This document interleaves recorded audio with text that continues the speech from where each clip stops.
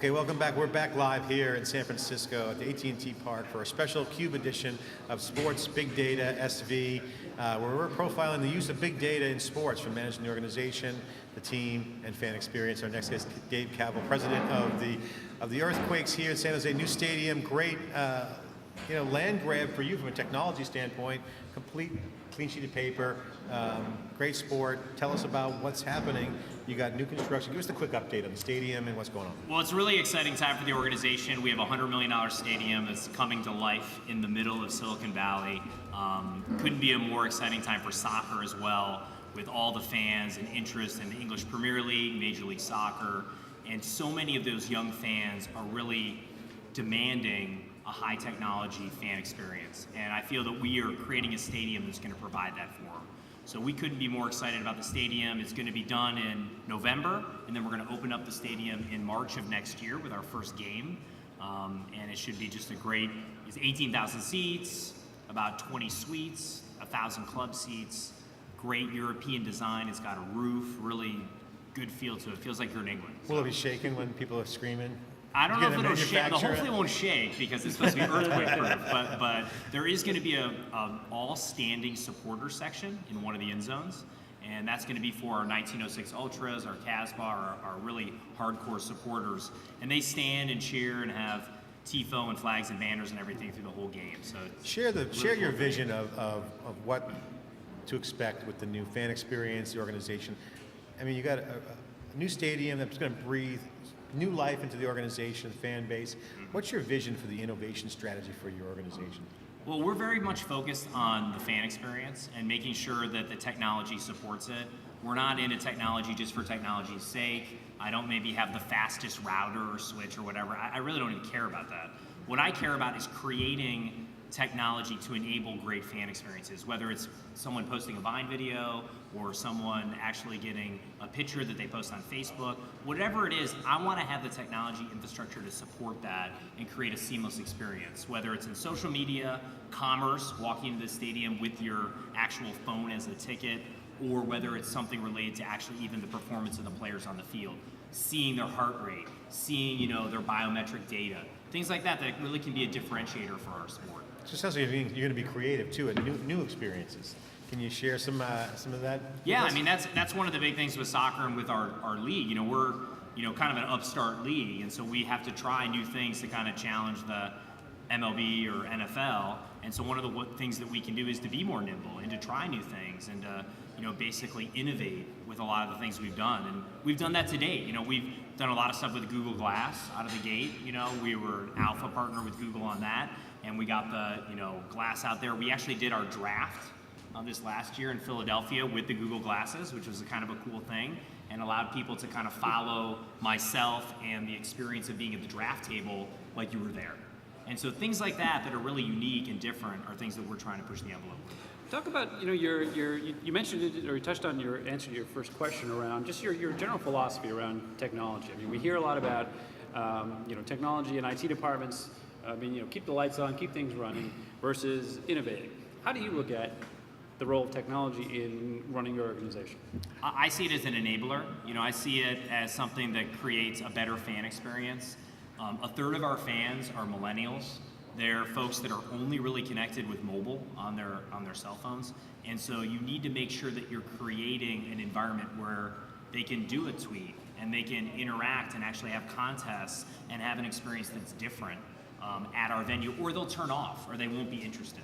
So I think it's important. Soccer is a sport where people watch the game, they're very focused on the game when it occurs, but by the same token, we want to make sure that we have the infrastructure. And we have, we partnered with Ruckus Wireless to create, Cadillac level Wi-Fi system, or maybe it's a Tesla level, that's the right terminology these days. And Wi-Fi system in our stadium that's gonna really enable everyone in our building to access the internet, use apps, make sure that the experience can be everything that it's cracked up to be. Because I think so many stadiums these days you go to, even if you have Wi-Fi, it doesn't really work because it's too many people and there's too much access. So we feel like we have a system that works, one. Two, we have a system that I think will create a lot of exciting experiences for our fans. So let's talk a little bit about the way you're using data to kind of improve the product on the field. I mentioned in our intro to this evening, I think baseball was probably one of the first sports that got a lot of attention with Moneyball around using data to do better scouting and things like that. I'm curious, how does it play out in soccer? Soccer, you think of, when I think of soccer, I think, well, there's not nearly as many statistics, are there? Because there's a lot of action, but not a lot of things where you can dot an I and cross a T. And there's discrete statistics. Am I right there? Well, no, you're absolutely right. I think the challenge with soccer has been it's a continuous flow sport. It's the most continuous flow sport. There are virtually the clock never stops, right? Yeah, right. It goes the whole time. So because of that, you need to be very savvy and innovative about how you create discrete events that can be monitored, that can be kind of a deterministic variable. So when you're actually running analysis, regressions, looking for algorithms that predict behavior, it works. And I think the hardest thing, and we work with a group called Opta, which actually takes every game and basically creates 180 variables around every soccer player during every match. Key passes, goals, second passes, all these kind of things.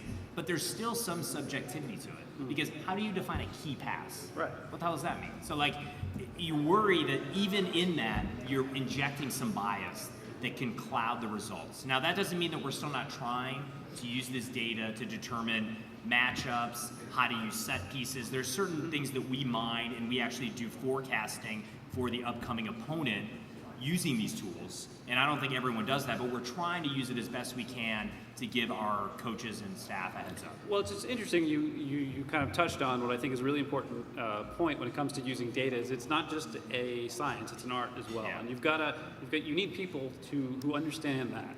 That it's not just a matter of crunching some numbers. There's a lot of interpretation and a lot of care has to be taken when you're determining some of these variables. Yeah, and so what we've tried to do is you can look at really discrete things like where does a player normally kick a free kick, where do they kick on a penalty kick, things like that. So I can sit down with my goalie and say, hey, if Landon Donovan comes up, he always goes to the right. Those are very first order things. Yeah. What we want to be better at is hey, what if we had a formation? What if we had a 4-4-2 formation as opposed to a 3-5-1 formation or some different formation based on certain players that the other team might have or at a certain point of the game or something they do. So those are the more higher order things that we're trying to work through that we're trying to obviously make advancements on. So we get some trolls already coming through here. One, obviously following baseball, they had 65 zillion sellouts in a row. Someone says, can you please explain offsides? It's confusing. Stop trolling. I don't really think it's that confusing. I can even follow. Yeah, right. So alternative programming is really the key for you guys, right? So all kinds of new ways to get sticky with the users, new fantasy ways, lineups, other things. We heard Bill from the Giants talk about ticketing, arbitrage, dynamic pricing. I called arbitrage. What are you guys doing differently? I mean, for instance, are you guys looking at things like Bitcoin? We are, and so actually we are gonna in May. You are looking at Bitcoin? We're actually gonna start taking Bitcoin at our stadium, both for merchandise and hopefully concessions as well. But we'll start with merchandise, and I think that'll be a nice, obviously appropriate way, right in the middle of Silicon Valley with a lot of very tech savvy and tech forward fans, to kind of adapt to the most recent innovations that are out there and really create as seamless an experience for fans as we can. And that relates to everything related to commerce, because I think when we look at our new stadium and building that in San Jose, we want to have a commerce experience that's seamless, where you can use your phone basically for everything. Your phone is your ticket. And we have a great partnership with tickets.com to create that experience where you can have an app and it can use basically a barcode on it, you scan it, you walk right in. Or maybe, when you just approach the stadium, we'll use Passbook with Apple and it just prompts you, hey, get out kind of your boarding pass or your ticket for the game, walk right through. Those types of things are seamless. It means people get in the stadium quicker, the operations are simpler, and actually for fans, it's simpler. You don't need to have an actual printed ticket. You can still have one if you want to, if that's like a memento, but for some fans, we just want to streamline the experience and make it easier. One of the beautiful things we're seeing with the connected internet since the iPhone came out, really kind of as the watershed moment, since then cloud computing is alternative distribution. So, we saw things that were never covered on TV before, like the space jump. the shuttle flying over Silicon Valley, everyone took the day off at work. A lot of geeks who like science and millions of people watching. So the question is it more of a vertical media strategy for you? Are you going to cast a wide net, or are you targeting your base and going to get sticky from there and go out from there? What's the approach that you guys want to take on enabling that? We all obviously want more fans and more new fans for the Earthquakes. We play one game every season at Stanford Stadium. We have 50,000 people who come to the match. It's our California Classico against the Galaxy. That's exposed us to a lot more fans. We have a 40-year history. The club's been around since 1974. We're celebrating our 40th anniversary. All those things create a lot of people who've been casual about the Earthquakes, and it's about creating them and giving them a reason to be more connected, whether it's our players or whether it's technology. Technology can be a reason. If you live in Cupertino or Palo Alto or Belmont, why do you want to be associated with the Quakes as opposed to some other entertainment property, whether it's another sports team or just going to the movies or whatever? Hey, if it's tech forward, if it's exciting, if it's something I can access on my cell phone, if the players are more accessible, all those things give reasons why you'd want to connect and be an avid fan of the Earthquakes. So how are you guys using data to attract, say, the non-tech savvy fans, and other examples where you guys are looking at data? You have a unique situation. You have 40-year history. That's great. Now you've got a clean sheet of paper, the new stadium. Tell us what you're building and what you're doing with data, what's innovative, what's competitive advantage for you guys, what's going to drive the bottom line? Well, one thing that we're really spending a lot of time with is, we have a business intelligence unit and data scientists who are really focused on taking the information, all the soccer fans out there, whether or not they went to a U.S. men's national game, an FMF game, Mexican national team, and basically bringing them together around the Earthquakes and really creating a connection to our brand and making sure that they're experiencing our product and being able to market to them really one-on-one. And we're even going to the level, and we do this not only on the player side, but also with actual fans, to linguistically look at the language that they use online. So take someone's tweets, Facebook posts, reviews on, whatever, social media and things like that, or on Yelp, and say, hey, what type of personality does this person have? And how do we tailor our communications to them based on that? So we'll create a personality profile. We did that with the draft this year on the actual player side. We looked at the players, we were looking at the top 5 guys, and we actually evaluated kind of their personality using the linguistics they use on Twitter, on Facebook. It's more than the social graph, it's really trying to get at who they are. The interest graph. Yeah, exactly. And put that together in a way where you can determine, hey, do these kids fit our brand and what we're trying to do, or the culture in our organization? And you can do the same thing with fans. And so I think that's a really innovative new way to kind of approach marketing, where it's really a one-to-one situation. So expand on that a little bit when it comes to, obviously, soccer is, I guess you might say, it's growing in popularity in the U.S., but obviously it's got a longer heritage in Europe.